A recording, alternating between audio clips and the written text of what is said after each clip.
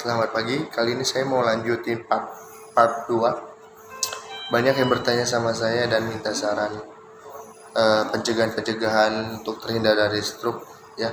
Dan apa aja yang pantangan makanan atau yang diperbolehkan makanan untuk yang sudah terkena hipertensi atau darah tinggi. Kali ini saya akan membagi ya. Pertama kita pantangan ya, khususnya untuk pantangan itu makan makanan yang tinggi pengawet dulu.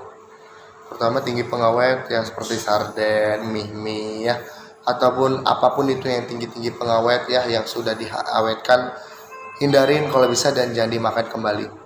Yang kedua tinggi garam ya, makanan yang tinggi garam ya, ikan laut lah khususnya ya, ikan laut kurangin, kalau bisa jangan lagi, tapi kalau kepengen banget baru. Dan kategorinya seafood termasuk, kalau memang untuk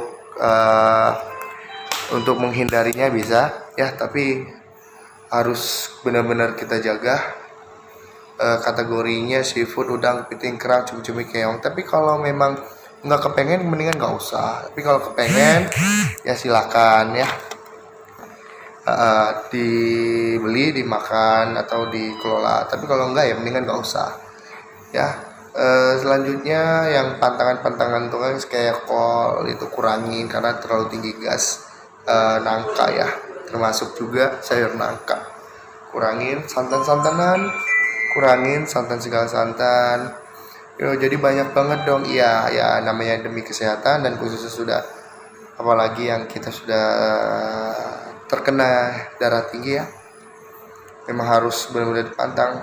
Itu khususnya untuk makanan pantangannya ya, tadi apa, seafood, ikan laut, makanan pengawet, makanan tinggi garam ya, bukan berarti nggak boleh pakai garam, boleh ya. Jadi kurangin gitu ya. Sama yang tinggi makan bersoda ya. Intinya itu aja dulu untuk masalah makanan. Jadi seperti yang saya sampaikan tadi, untuk makanan pantangannya. Dan untuk makanan bolehnya ikan sungai aja, ikan air tawar ya, ikan mas, ikan lele, ikan gurami, ikan mujair, ikan patin, ikan nila, ikan gabus ya. Boleh ikan bawal, tapi bawal tawar ya, jangan bawal laut.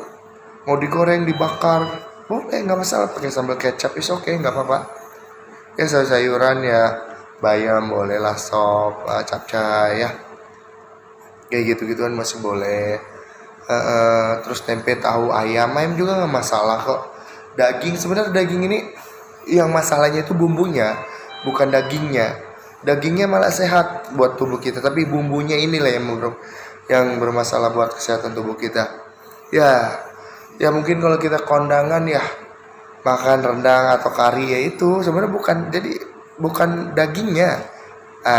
Mungkin kalau dagingnya kita bakar doang, terus kita buat racikan bumbu tersendiri ya nggak masalah gitu, cuman jangan terlalu sering lah ya, karena masih terlalu tinggi juga kolesterolnya. Itu aja sih sampai saat ini untuk makanannya dan yang diperbolehkan, saran kita. Dan tetap harus rutin jaga kesehatan dengan kontrol ke puskesmas, klinik dokter, perawat bidan terdekat. Satu lagi ya, untuk tanda-tanda bila mengetahui tensi kita naik atau tidak. Terkadang ada orang dengan tensi 150 aja udah kepalanya berat, pundaknya kaku, dingin gitu ya. Ada orang yang 200 saja masih biasa aja. Itu karena memang dari ketahanan tubuh dia masing-masing udah terbiasa. Jadi pada dasarnya bukan berarti 200 saya biasa-biasa aja ya udah salah. Justru itu harus tetap diobatin,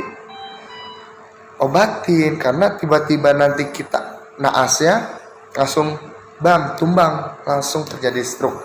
Makanya ciri-cirinya yang pertama itu kalau tensi kita tinggi ya, tidak terlepas dari pusing kepala, sakit kepala, mau di kiri, kanan, depan, belakang.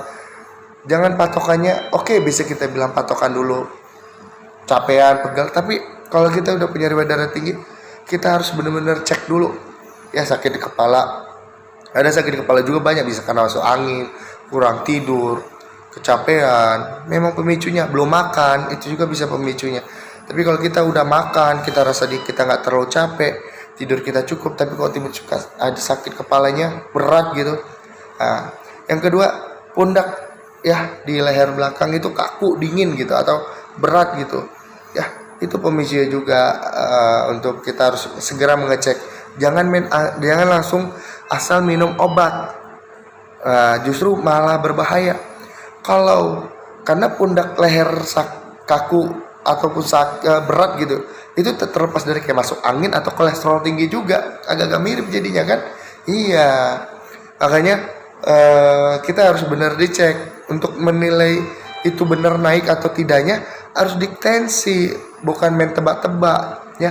Kalau kita mengkonsumsi obat tensi tanpa kita tahu nilainya tinggi atau tidak, bisa fatal. Kenapa? Karena kalau nanti tensinya ngedrop, kita bisa lemas dan bisa bahkan menyebabkan kematian. Ingat itu ya. Oke, itu aja dari saya. Kalau memang ada yang ingin komen, ada yang ingin bertanya atau ada yang ingin nambahkan, silakan. Semoga bermanfaat ya, satu sama lain ya. Sekian dari saya. Assalamualaikum.